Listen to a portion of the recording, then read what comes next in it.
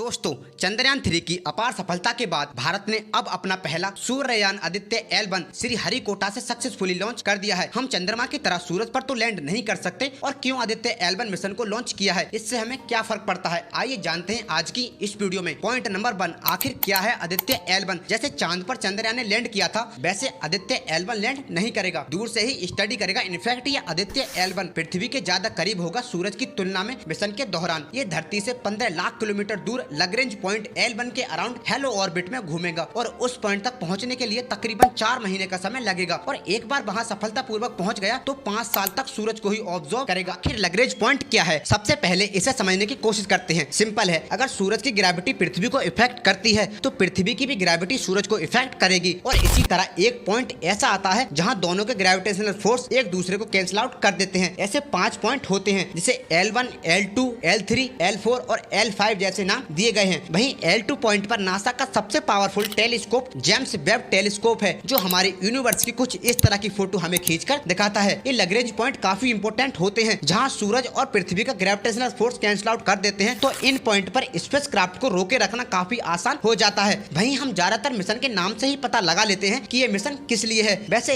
इस मिशन में हम सूर्य और L1 पॉइंट के बारे में स्टडी करेंगे। जैसे हमने चांद पर लैंड किया था, हम सूरज पर तो लैंड नहीं कर सकते क्योंकि सूरज की एवरेज टेम्परेचर 5500 सेल्सियस डिग्री से भी ज्यादा होता है। वहीं चांद हमसे 3,80,000 किलोमीटर दूर है और सूरज हमसे 150 मिलियन किलोमीटर दूर है। लेकिन आदित्य L1 हमसे सिर्फ 1.5 मिलियन किलोमीटर ही दूर जाएगा। वहीं चांद से 4 गुना डिस्टेंस हम इस मिशन में कवर करेंगे। वहीं लॉन्चिंग तक को लगाकर इसकी कॉस्ट लगभग 400 करोड़ तक ही होगी। L1 पॉइंट पर हम अकेले नहीं जा रहे हैं, हमसे पहले यूरोपियन स्पेस एजेंसी का वहाँ सोहो ऑलरेडी मौजूद है। आखिर सूरज इम्पोर्टेंट क्यों है? अब आप सोचेंगे चंद्रमा पर चंद्रयान 3 इसलिए लैंड किया कि वहाँ की मिट्टी को जांच कर सके हैं, पानी है या नहीं, कंस्ट्रक्शन किया जा सकता है या नहीं। लेकिन जो प्रकाश हम अपनी घर की बालकनी से देख सकते हैं, उसके लिए 400 करोड़ वेस्ट करने की क्या जरूरत है? वेट, आदित्य L1 काफी इंपोर्टेंट है। सूरज के 3 पार्ट जो काफी इंपोर्टेंट है, आदित्य L1 उन्हें ही स्टडी करेगा। सबसे पहले कोरोना, ये वायरस वाला नहीं, सूरज की प्रोटेक्ट लेयर में आग से उतने ही दूर जाते हो, गर्मी उतनी ही कम होती है। वहीं सूरज के बीचों बीच में न्यूक्लियर फ्यूजन होता रहता है, वहीं गर्मी सबसे ज्यादा होती है। लॉजिक भी वैसे यही कहता है, कोर से जितने दूर जाओगे गर्मी उतनी ही कम होगी। वैसे सूरज के सरफेस पर टेम्परेचर ऑन एन एवरेज 5000 से 6000 सेल्सियस डिग्री होगा, बस इतना ही। लेकिन कोरोना उसके बाहर होता है, लेकिन आपको पता है उसका टेम्परेचर 1 से 3 मिलियन सेल्सियस डिग्री होता है। भाई ये कौन सा लॉजिक है? वैसे इसे कोरोनल हीटिंग प्रॉब्लम कहते हैं। इसकी अलग अलग थ्योरी है, पर आखिर रीजन क्या है अभी तक कोई भी जान नहीं पाया है। सूरज हमारी पृथ्वी से 109 गुना बड़ा है, इसमें लगभग 13 लाख पृथ्वी समा जाएंगी। वहीं हमारे सोलर सिस्टम का 99.86% मास हमारे सूरज में ही है, यानी हमारे सारे प्लेनेट 0.14% मास में ही है। हमारे सोलर सिस्टम पर सूरज का काफी बड़ा इम्पैक्ट पड़ता है। ये मिशन इम्पोर्टेंट क्यों है? क्योंकि ये हमारा सबसे पहला सन मिशन होने वाला है। हमसे पहले अमेरिका, USA और चाइना जैसे बड़े देश सन मिशन ऑलरेडी कर चुके हैं, और रसिया, जर्मनी, UK, जापान यानी हर देश ने ये मिशन किए हैं। वहीं सूरज से 180 पीटावॉट एनर्जी ही पृथ्वी पर पहुंचती है, जिसमें से तो 30% ऑब्जॉर्ब होती है और 70% रिफ्लेक्ट होती है। इसीलिए सूरज को स्टडी करना काफी महत्वपूर्ण है, चंद्रमा की ही तरह। अगर आप चंद्रयान 1 से लेकर चंद्रयान 3 तक की सफर की वीडियो देखना चाहते हैं तो उसका लिंक डिस्क्रिप्शन में आप वहां से चेकआउट कर सकते हैं। और आपका बहुत बहुत धन्यवाद जो अपना कीमती समय ऐसी एजुकेशनल वीडियो देखने में लगा रहे हो। Thank you.